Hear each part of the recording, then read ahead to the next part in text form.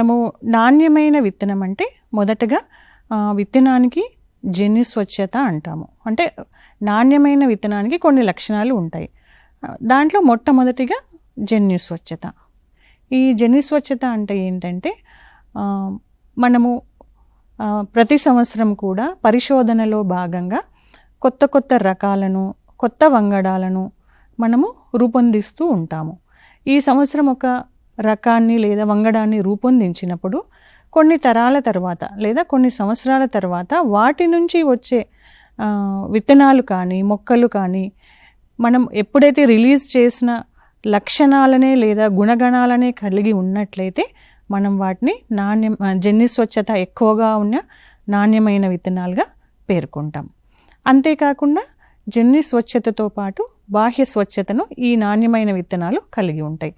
ఒకే రకమైన కలర్ కలిగి ఉండడం, ఒకే రకమైన ఆకృతిని, అంటే సపోజ్ అది ఫ్లాట్ సీడ్ ఉందంటే అన్ని విత్తనాలు కూడా ఫ్లాట్గా ఉండడము, ఆ విత్తనానికి బీక్ ఉండింది అనుకోండి అన్ని విత్తనాలకు బీక్ ఉండడం, ఇట్లా అంటే అన్ని రకాలుగా అంటే మనకు బాహ్యంగా కనిపించే ఏవైనా లక్షణాలు, రంగు కానీ తర్వాత ఆకారం కానీ వాటి యొక్క ఆకృతి కానీ ఇవన్నీ కూడా ఒకే రకంగా ఉండాలి.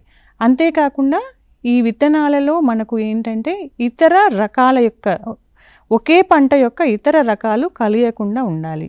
అంతేకాకుండా గడ్డి జాతి విత్తనాలు కలియకుండా ఉండడాన్ని బాహ్య స్వచ్ఛత అంటున్నాము. ఇంకా మూడో విషయానికి వచ్చినట్లయితే తేమ శాతం ఎక్కువగా ఉంటుంది నాణ్యమైన విత్తనానికి. తేమ శాతం అనేది మనం చూసుకునేటప్పుడు మనం పంట కోసిన తర్వాత మనము నిల్వ చేసేటప్పుడు ఈ అంశం మనకు దోహదపడుతుంది. ఎప్పుడైనా సరే ఈ తేమ శాతం ఎక్కువగా ఉంది అంటే ఎక్కువగా మనకు రోగాలు కానీ నిల్వలో ఉంచినప్పుడు సీడ్ అనేది లేదా విత్తనం చెడిపోయే అవకాశం ఉంటుంది. కాబట్టి మనము పంట కోసుకునేటప్పుడు ఒక రకమైన తేమ శాతం ఉన్నప్పుడు నిల్వ చేసేటప్పుడు దాన్ని తగ్గించి నిల్వ చేసుకున్నట్లయితే మనకు ఆ విత్తనం ఆరోగ్యంగా ఉంటుంది. ఇంకొకటి ప్రధానమైన అంశం ఏంటంటే మొలక శాతం. మొలక శాతం అంటే ఏంటంటే ఈ విత్తనం అనేది మనము నాటినప్పుడు అది మొలకెత్తి మొక్కగా మారే సామర్థ్యాన్ని మనం మొలక శాతం అంటున్నాము.